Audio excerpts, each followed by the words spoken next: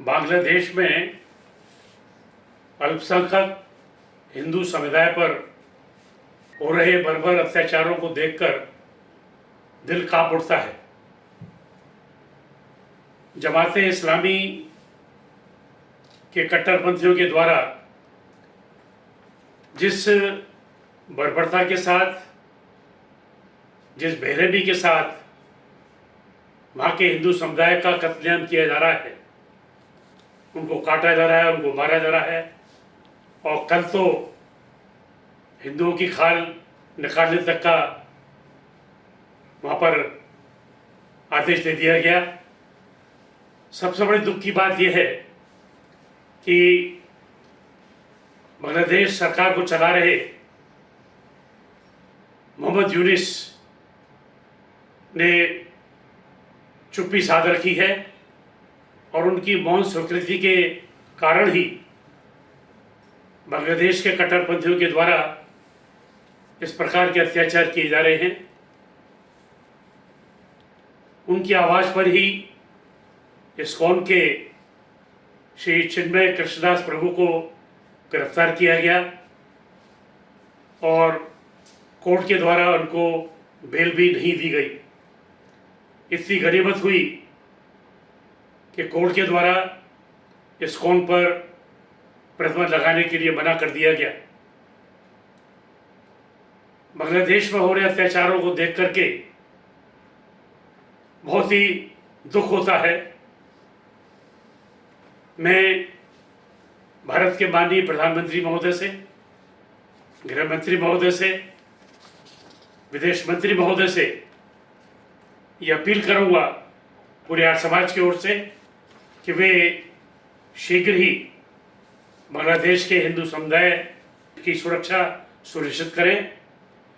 वैसे कल रात को माननीय गृह मंत्री और माननीय विदेश मंत्री और श्री अजीत डोभाल के साथ एक मीटिंग हुई है और हमें उम्मीद है कि कुछ अच्छी खबर मिलेगी सुनने के लिए।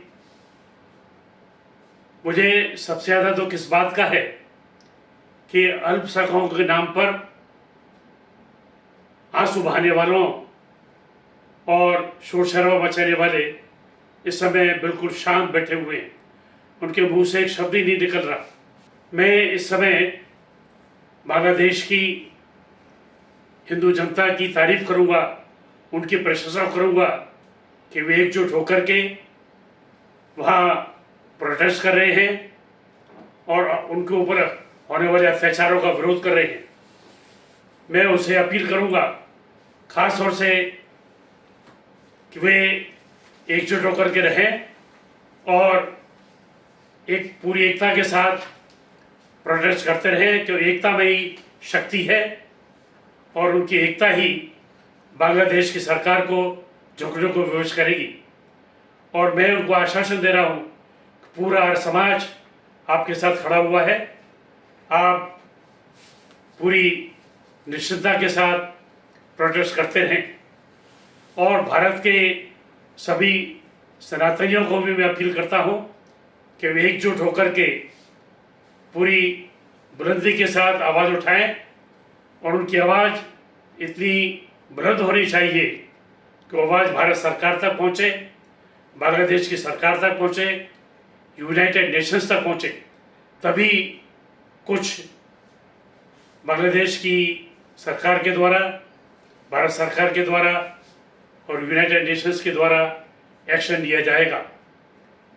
और मुझे पूरी उम्मीद है कि जब हम एकजुट होकर के आवाज़ उठाएंगे तो निश्चित रूप से बांग्लादेश की हिंदू समुदाय की सुरक्षा होगी और कुछ गंभीर कदम उठाए जाएंगे। जय हिंद, जय भारत।